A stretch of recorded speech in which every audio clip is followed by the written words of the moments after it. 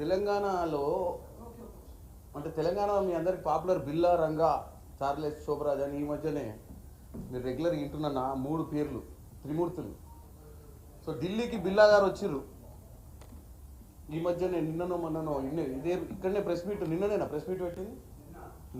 నిన్న మధ్యాహ్నము 9 గంటల 11 గంటలకు పెట్టి తెలంగాణలో ప్రకంపనలు సృష్టిద్దామని ఢిల్లీకి వచ్చినటువంటి బిల్లా గారు. కాకపోతే మా బిల్లా గారి దగ్గర గ్రేట్నెస్ ఏంటంటే మేమందరం కూడా ఆయన దగ్గర ట్రైనింగ్ తీసుకోవాలి.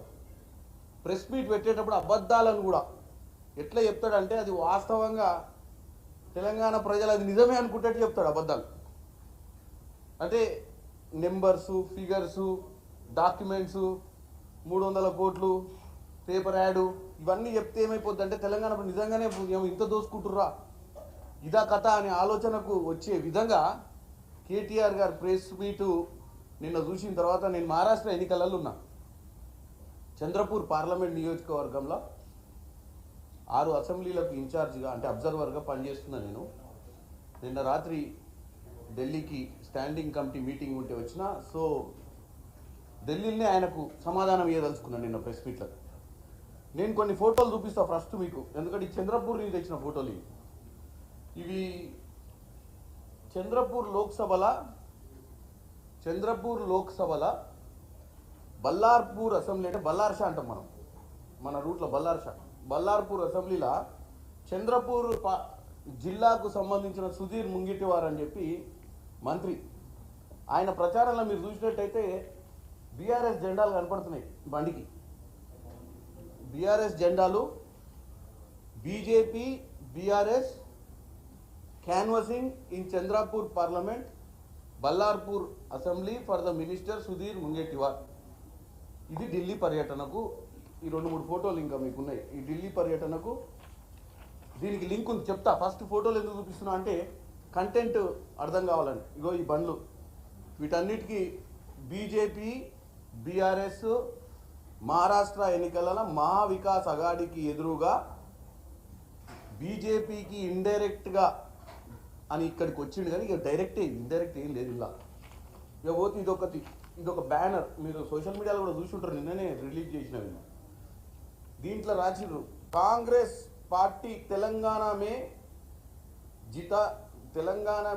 जिताने के बाद 100 दिन में 6 गारंटी पर అమల్ करने में फेल हो गया అని చెప్పి ఇగో పెద్ద బ్యానర్ రాసి పింక్ కలర్ మీద మహారాష్ట్ర మొత్తం ప్రచారం చేస్తున్నారు. మరి ఎవరి కోసము?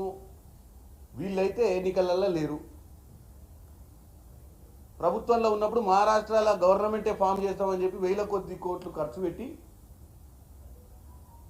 మహారాష్ట్రలో మొత్తం వెస్టర్న్ మహారాష్ట్ర, నార్త్ మహారాష్ట్ర, విదర్భ, మరాఠవాడ అన్నిట్లల్లో మేము కార్యకర్తలను తయారు చేస్తాము, మా పార్టీని టీఆర్ఎస్ నుంచి బీఆర్ఎస్ చేసి మనకు ఉన్నటువంటి నిజాం ఏరియా ఏదైతుందో నాందేడ్ ఈ ప్రాంతంలో చంద్రపూర్ కూడా అదే. ఇప్పుడు ఇక్కడ ప్రచారం చేసేది కూడా చంద్రపూర్. 50% తెలుగు పాపులేషన్ ఉంటుంది ఇక్కడ, ముఖ్యంగా మన తెలంగాణకు సంబంధించిన వాళ్ళే ఉంటారు. అయితే బిల్లా గారు నిన్న ఇక్కడికి వచ్చినప్పుడు ఆయన ఏదో ఇక్కడ కాంగ్రెస్ ప్రభుత్వం తెలంగాణలో రేవంత్ రెడ్డి గారి సర్కారు urban development minister Manohar Lal Khattar గారిని కలిసి ఏదో అమృతము గిమృతం అని వచ్చింది పంచుతారని చెప్పి. నేను ఒకటి చెప్తా, వీళ్ళు ప్రతిసారి ఢిల్లీకి వచ్చినప్పుడు ఏదో లొల్లే ఉంటుంది. ఒకప్పుడు ఢిల్లీకి వచ్చినప్పుడు ఏంది? బెయిలు. ఎవరిది? కవిత గారి బెయిలు, మంతనాలు, చర్చలు. దాని పరిణామం ఏందో తెలుసా మీకు? క్లియర్గా చెప్తున్నా. తెలంగాణలో 17 లోక్సభ స్థానాలుంటే 9 లోక్సభ స్థానాలలో 3వ స్థానం వచ్చింది బీఆర్ఎస్.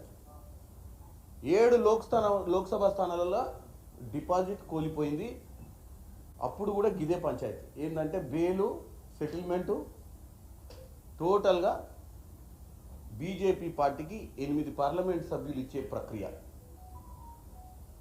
అంటే మనకెవ్వరికి తెలియదన్నట్టు, అంటే రాజకీయాలు చాలా అండర్ కవర్ ఆపరేషన్స్ లెక్క ఇక్కడికి వచ్చినప్పుడు ఏదో తిట్టుకున్నట్టు యాక్టింగ్ చేయడము జరిగేదన్నీ జరుగుతుంటాయి కింద. నిన్నొచ్చిన ట్రిప్ కూడా అక్కడ ఏసీబీ కోసం ఈ దొరవారు ఇవాళ అన్ని పతివత మాటలు మాట్లాడతాడు. క్యాబినెట్ మీటింగ్ లేకుండానే ఫార్ములా 1 రేస్ కోసం ఎన్ని కోట్ల రూపాయలు ఎవరి ద్వారా ఎవరికి ఇచ్చిండో మనందరికీ తెలుసు. దాని మీదనే ఈరోజు ఏసీబీ ఎంక్వైరీ అడిగినప్పుడు సడన్గా ఢిల్లీకి వచ్చిండు. ఇక్కడ ఏం చేసిండో ఏమో గవర్నర్ గారు కూడా పిలిచినట్టు నిన్న రేవంత్ రెడ్డి గారు చెప్తుంటే గవర్నర్ గారు కూడా ఢిల్లీకి పిలిచినట్టు ఈ 10-15 రోజుల నుంచి ఏదైతే విచారణ కోసం అడిగిర్రో ఆ విచారణ పెండింగ్ పడ్డది. దానికి పరిణామం నెక్స్ట్ డెవలప్మెంట్ స్టెప్ ఏంటంటే ఇగో ఈ మహారాష్ట్రలో ప్రచారం. బీఆర్ఎస్ పార్టీ ఓపెన్గా ఫ్లెక్సులు కట్టి తెలంగాణలో కాంగ్రెస్ సర్కార్ ఇచ్చినటువంటి గ్యారెంటీలు అమలు చేస్తలేదు, మీరు దయచేసి తెలంగాణలో కాంగ్రెస్ కోట్ వేసినట్టు మహారాష్ట్రలో కూడా కాంగ్రెస్ కోట్ వేద్దన్న ప్రచారం ఓపెన్గా బీఆర్ఎస్ పార్టీ చేస్తుంది.